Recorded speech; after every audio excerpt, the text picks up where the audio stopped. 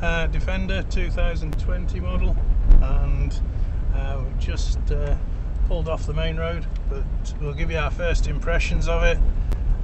So driving wise, it's not bad actually. We haven't had a chance to give it any real test yet. We've just come out of the town, but it feels alright in town at least, and it'll get up and go when you want to get out in front of a learner like that. So it's rather than being stuck behind them. But yeah, it's not bad, is it? What do you think, Jamie? Quite like it. The interior is fit for purpose, which suggests that you're not going to be some posh, tough queen. It looks like it's rugged enough without it being, I don't know what's the word for it, tacky. Rugged enough without it being tacky. You've got enough ports for cameras and things like that. Storage is nice, fit and finish is nice. It's a new car, so there's no horrible rattles, of course, but you know, it's very nice. Can't complain, really. No, it certainly seems to drive well, and we've just taken it up a little bit of a lane just to fit the cameras up, and it seemed to handle that. The only thing I'd say is it gave me a little bit of a warning to say rough surface, slow down. I think it's a Land Rover, come on. So that was a bit of a bizarre moment, but other than that, it's got no issues really, has it? We're just going to give you a view of it, and you can get some footage on what it looks like from the inside, and then we'll do some outside footage as well. But so far, gotta say, fairly impressive really. The big downside to picking it up in Nottingham is that there are speed cameras everywhere. So literally everywhere. That's a bit of a downside to it. Not a police officer inside, but enough cameras basically to decimate any license that you'd have. You could be imprisoned by the end of a road, effectively. Yeah, and there are a few more coming up here now, and it's a great bit of road this. I remember it before they put the cameras on, and it's a brilliant bit of road, but now all cameraed up. Good old Nottinghamshire County Council stroke Constabulary. But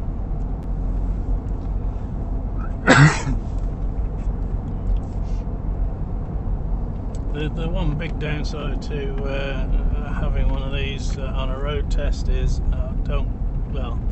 they're sort of pretty clear that you don't take it off-road, which is a shame because that's what it's designed for. If you want to do that, I think they want you to pay for a Land Rover Experience Day, which as everybody knows isn't cheap. It's good fun, but it isn't cheap. I have done them in the past, and yeah, they're great, but you certainly pay for them, and they seem to be getting dearer and dearer as time goes on. But we're going to head up to North Nottinghamshire, and at least on some of the roads up there we'll be able to open it up a little bit and see how it goes, see what it drives like. We've got a few hours in this, so we can have a bit of a play. Because around here, you literally are in fear of your license. Every time you take your car out. There is a ridiculous amount of cameras. He's got it sussed in the tractor, hasn't he, really? Because you might just hang on to your license driving one of them. Yes. And at least it's probably a bit of fun driving it as well. It's either that or a hearse.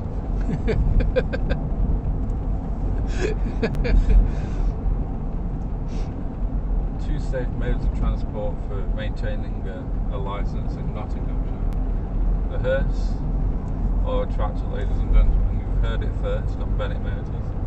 Yep, it's you certainly need one or the other.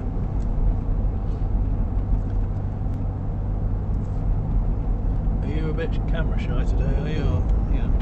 Oh no, I'm quite fine.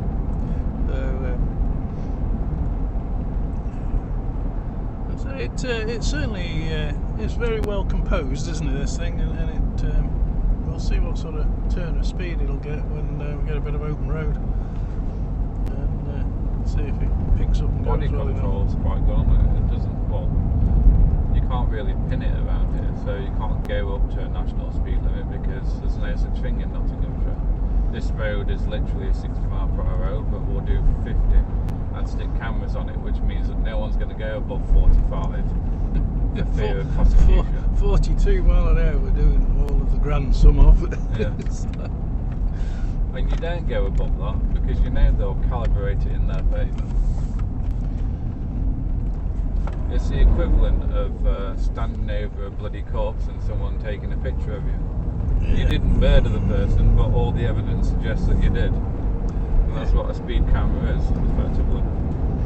But back to the car, I think it's got quite a few of the things that people want nowadays, which is USB ports and places to charge things. And it's got the fancy screen in it, hasn't it? Which seems to it's got good camera setup on it when you're reversing and things like that. So it's got a 360 camera view, it's got a reverse camera view, all on one screen. You've got your sat nav, you've got your radio, etc. All very good. It's set in a position where it's not in your view, if you know what I mean. So you look down to it, which is better. So it's not taking up a chunk of your dashboard into the windscreen itself. It's nice and wide, so you can actually see everything. The touch screen actually works as you'd want it to. And in terms of ports, you've got USB-C, USB, literally everywhere, and cigarette style lighter ports as well if you need it. So yeah. The other thing it does is I've noticed when you on the sat nav on the main screen, if you're coming up to a junction where you need to turn, on the centre of the speedo binnacle, it actually tells you there as well that you're coming up to where you need to turn. So that's quite a nice feature, in that you don't have to be looking at the big screen all the while. It'll just tell you on the smaller screen, and quite handy. It's picked up my phone somehow, which I didn't ask it to do, but it has done. So that's a weird and wonderful development. As like I say, I wasn't planning on taking any phone calls or anything like that, but it's picked it up anyway.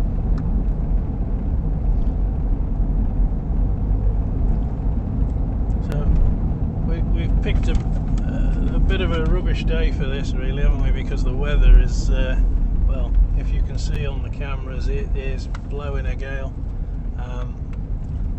And threatening with rain at times, and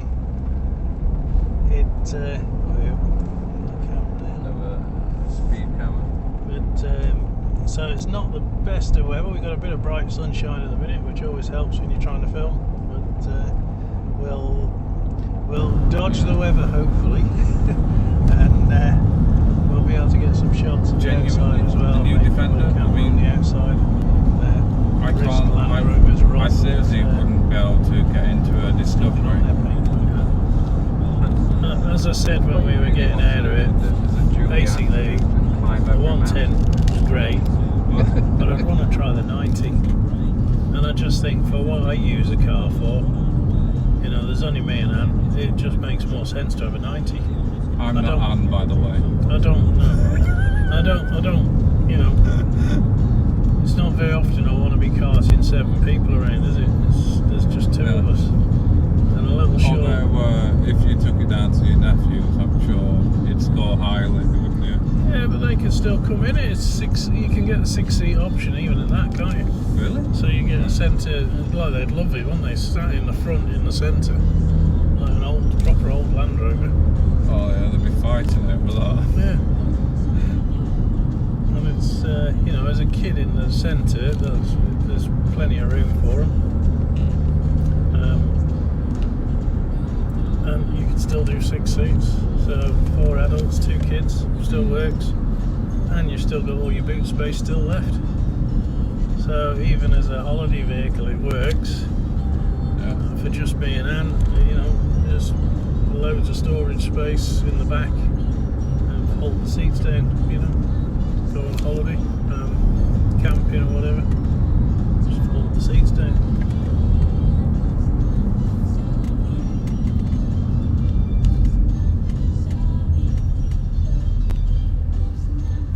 It's a similar width to this L322, or a bit wider. Oh, the Land Rover? Yeah. I would say it's about the same as this. Yeah, feels similar. Yeah. But it's taller on the bonnet, isn't it? So it might be slightly wider, and that's giving you a bit of a perception of... Because it's certainly got a wide centre console in it, hasn't it? Yeah. Well, that's obviously where the seat in the 90 goes. But yeah. It is. Yeah, it's very nice. But I wouldn't think the 90 you'd want 3 adults across the front. No. So 2 adults and a kid would be great. Be fine.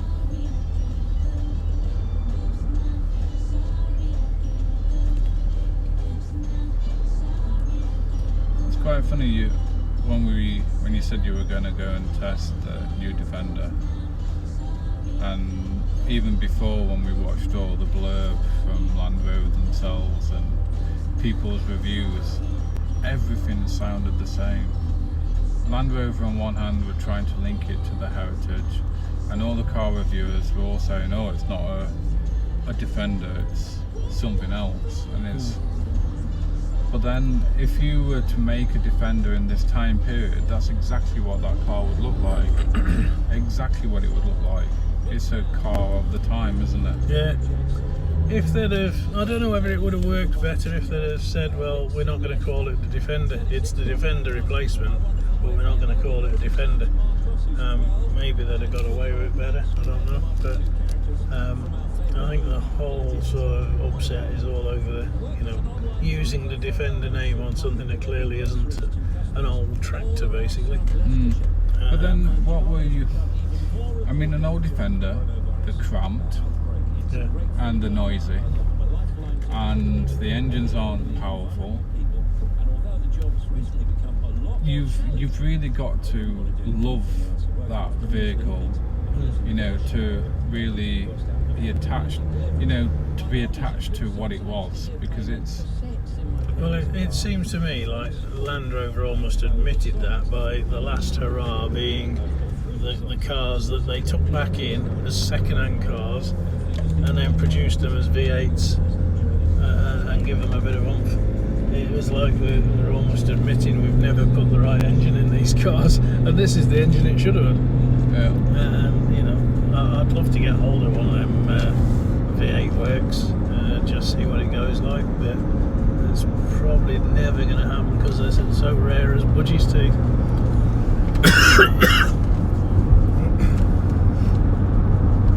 It's getting a proper factory produced V8 that actually had a bit of oomph, because the early V8s, they still had woefully poor brake horse on them. I think originally some of the Land Rover V8s, when they first did them they were like on the Series 3, and they did a stage 1 front end on it, so it was a flat front rather than a stepped front, and they actually made them permanent 4-wheel drive as well, which was the difference on them. But they were only about 125 brake horse out of a 3.5 litre V8. That's nuts. So the last one that they did, I don't know I can't remember what the brake horse figures are on it, but I had a feeling it was just over 200 brake horse.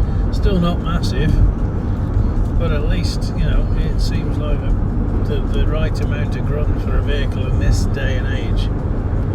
Because the problem with not having enough grunt is you struggle to keep up with modern traffic, don't you? Yeah.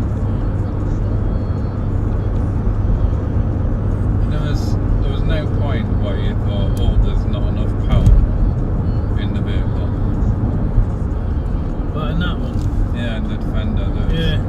There was the odd time the gearbox seemed to get, if you put your foot down and then you eased it off and just wanted to coast, so you sort of got up to speed and you wanted to coast, there was the odd time it hung onto the gears and then thinking you were going to boot your foot in again.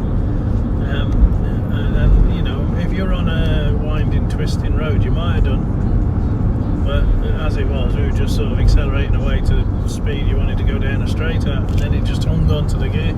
Yeah. Not for long, but it was noticeable that it was hung onto it. Whereas, you know, a lot of cars would have sort of worked that out. They could come off the throttle and they'd have changed.